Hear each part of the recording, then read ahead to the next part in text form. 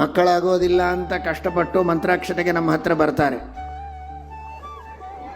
10 ಜನ ಪಾದಪೂಜೆ ಮಾಡಿದರೆ 9 ಜನ ಇದಕ್ಕೋಸ್ಕರ ಬಂದಿರ್ತಾರೆ.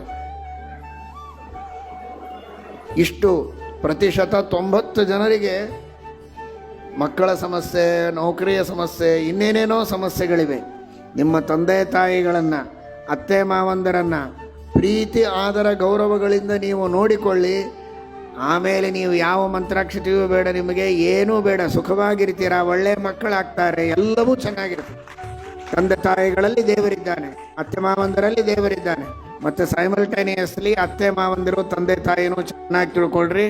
ನಿಮ್ಮ ಸೊಸೆಯನ್ನು ಅಥವಾ ಮಕ್ಕಳನ್ನು ಅಷ್ಟೇ ಪ್ರೀತಿಯಿಂದ ನೋಡಿ. ಸಣ್ಣ ಪುಟ್ಟ ತಪ್ಪುಗಳನ್ನು ಮಾಡಿದರೆ ಬೈಬೇಡಿ, ನೀವು ಪ್ರೀತಿಯಿಂದ ನೋಡಿ. ನಮ್ಮಲ್ಲಿ ದೇವರಿದ್ದಾನೆ, ನಾವೇನು ಬೇಕಾದ್ದು ಮಾಡಬಹುದು ಅಂತ ಅನ್ಕೋಬೇಡಿ. ನಿಮ್ಮಲ್ಲಿ ದೇವರಿದ್ದದ್ದು ನಿಜ, ಅವರಲ್ಲೇನು ದೆವ್ವಿಲ್ಲ, ಅವರಲ್ಲಿಯೂ ದೇವರಿದ್ದಾರೆ.